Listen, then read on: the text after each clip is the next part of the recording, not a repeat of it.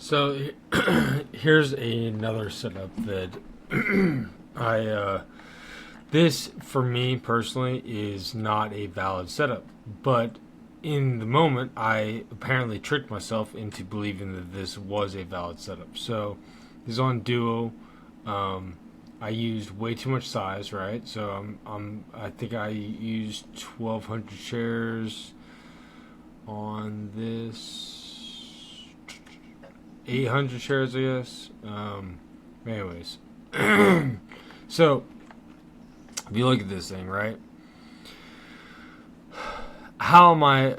This is probably exactly what I'm thinking, right? So this thing is got a pre-market high right here. It broke over pre-market high. It failed.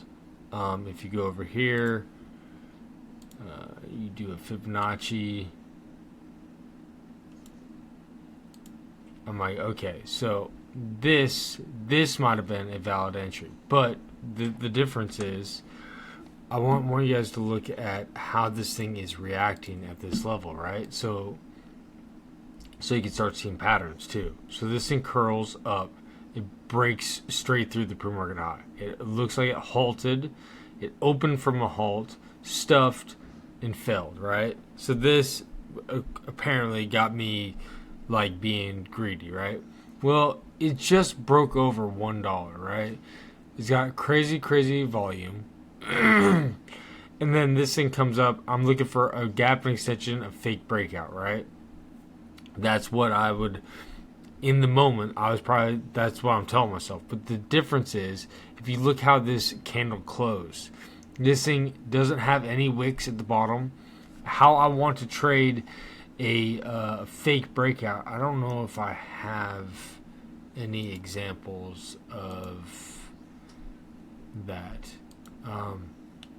But so for me, while I'm looking at this is a gap and extension. This is a no setup, and I'm oversized. So then I go through, and I'm literally tagging every single one of these. So if I go to the trades, if I do pop and fell, let's see if I have a good pop and fell. So this is, see if this one reacts the way that I want.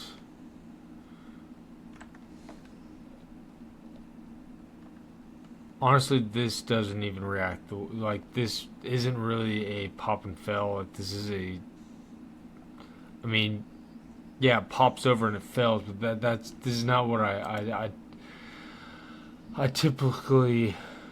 Actually, here's how we'll do this.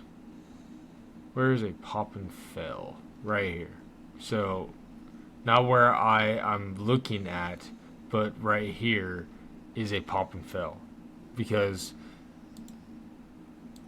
now if I would have traded this like this is a pop and fail to me. Because right there, this thing reacts the way that I want it to. This thing starts coming up, right? It has a topping. It starts curling. It does a fake breakout, and these guys, apparently think this thing's going to the moon. You take a trade.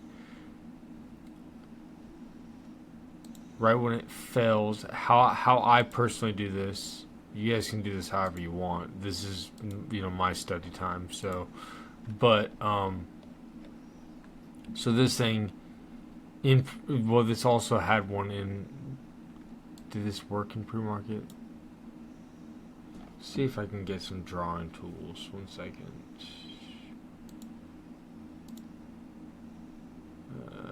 Horizontal line. So this to me, this would have been a valid setup. This would have been a pop and fell in pre-market. The reason is I want the price to literally go right through the line and then stuff down and have like a wick and then not be able to get higher. That would have been a pop and fell. Now, if you look at what I think I tagged this thing as a pop and fell. This is not a pop and fell. This is, because if you look at this thing, this is holding. This is not a valid setup at all, and this is why it's so important to go back and look at this stuff. Because for me, I have this thing cited as a pop and fail. This is not a pop and fail at all, like at all. Because if you look at this, this isn't even a pop and fail. This thing pops and closes above the level. That's not a pop and fail. It's holding the level, and it's within like 10 cents. It's still holding the $half level, right? So this thing's doing like a little mini curl over the pre-market high. I believe that line that I drew was, no, this is the pre-market high. So it does like a over, under, over. And I took a short like right before I got my freaking face ripped off, and I'm going in with 800 shares, which is twice the size that I should be going in with. But if you look at this, right, this thing finds a topping, right? And look at the volume. Look at the volume, and it has a blow up volume on this candle. That's what I'm looking for. I want to see this thing go from like, roughly like 250s up to 325 in a straight up line, right? Well, then it starts consolidating for a little bit. Okay, cool. It's also making a it's uptrending, right? And so, a lot of longs are probably looking for this thing to do something crazy, which it did, and it pops above.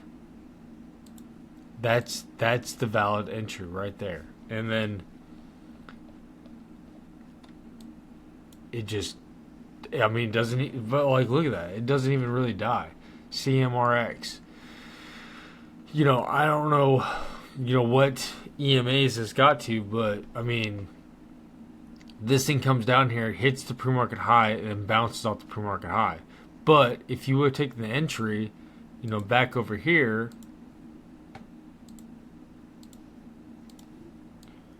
at 325, your cover, is down here at like 260s, or, like obviously I would have covered before then, but, 325 to 360, so what is that, like 60 cents? That's pretty good. Even with 400 shares, that's like $240. Obviously if you hold the full size, but what I'm getting at is this would have been beautiful. And on top of that, if you look at this, after it has the fake breakdown, this is why it's so important to go back and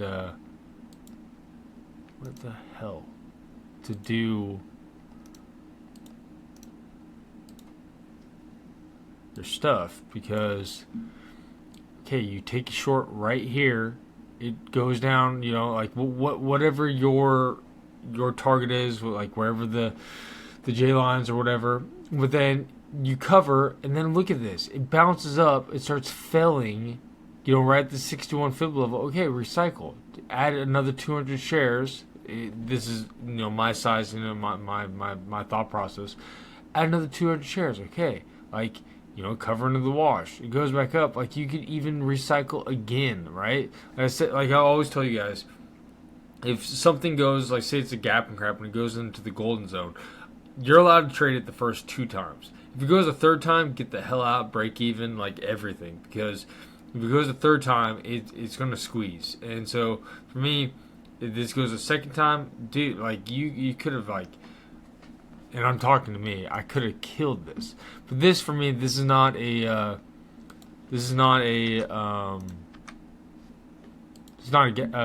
pop and fail. So this is also why it's very important to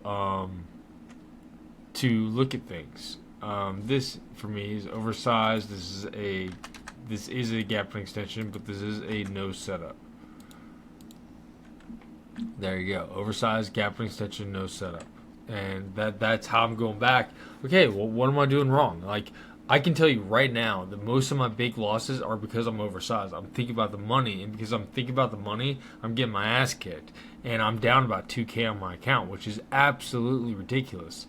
And I don't know. I need to adapt. But that's why this stuff is so important. That's why tracking your trades is so freaking important. Because, like, look at this stuff.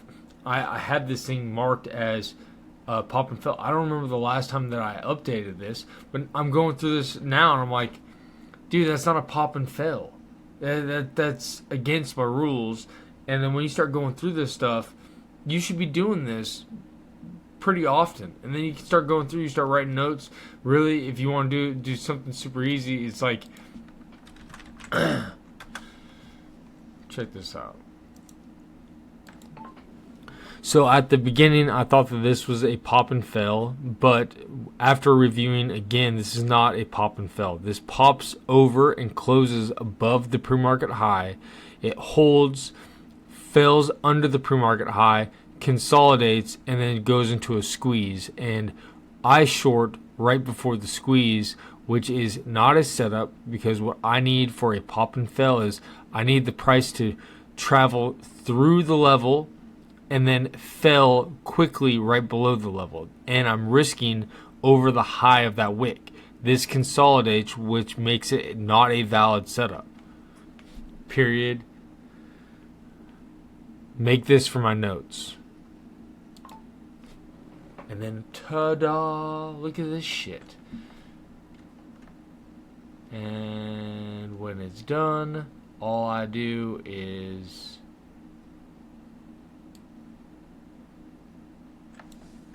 copy, paste, ta-da, there you go. Hope you guys got something from this. See you guys in the next one.